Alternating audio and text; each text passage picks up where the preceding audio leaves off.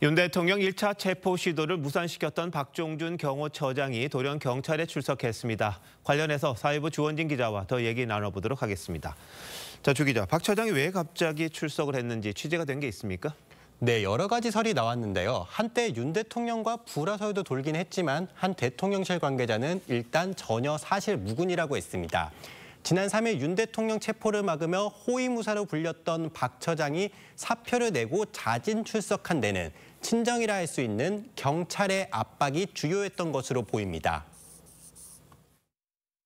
경찰이 친정인 제가 경찰의 소환을 거부하고 수사를 받지 않는다면 국민 누가 경찰의 수사를 받겠습니까?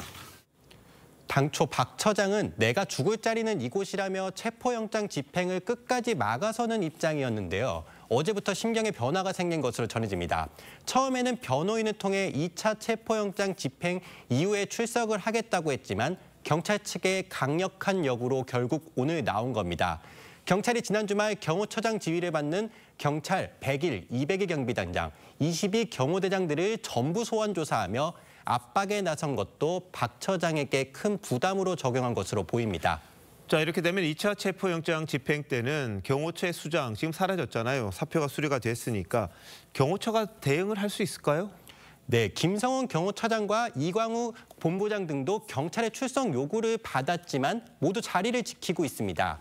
김 차장과 이 본부장 등은 경찰 출신인 박 처장과는 달리 경호처에서 수십 년간 잔뼈가 굵은 사람들인데요.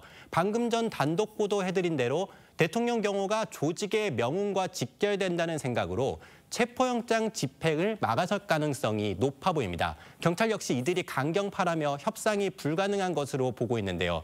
윤 대통령 변호인단도 박 처장이 경찰 조사를 받으면 김 차장이 직무를 대행한다며 김 차장에게 체포를 막아달라는 주문을 했습니다. 다만 일부 MG 경호원들 사이에 언제까지 법원에 발부된 영장 집행을 막아야 하냐는 불만도 나오는 것으로 전해집니다.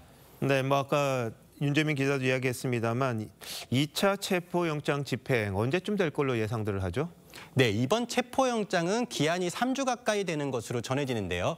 경찰은 박 처장이 물러나면서 생긴 공백이 경호처 내부 분열로 이어질지 지켜본 뒤에 이르면 다음 주 초 체포에 나설 것으로 보입니다. 네, 근데 윤 대통령 입장에서 상황이 좀 불리해지고 있다 이렇게 느낄 수도 있을 텐데 어떤 선택을 할까요?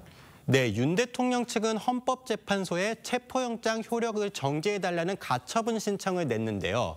헌재는 오늘 향후 탄핵 심판에서 적법 요건도 주요 쟁점이 될 수 있는 만큼 검토 중이라고 밝혔습니다.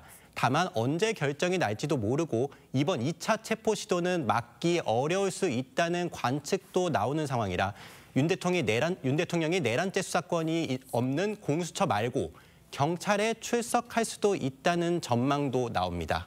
예, 아무쪼록 충돌이 없어야 할 텐데 주말 또 어떻게 지날지 지켜봐야겠군요. 주 기자, 잘 들었습니다.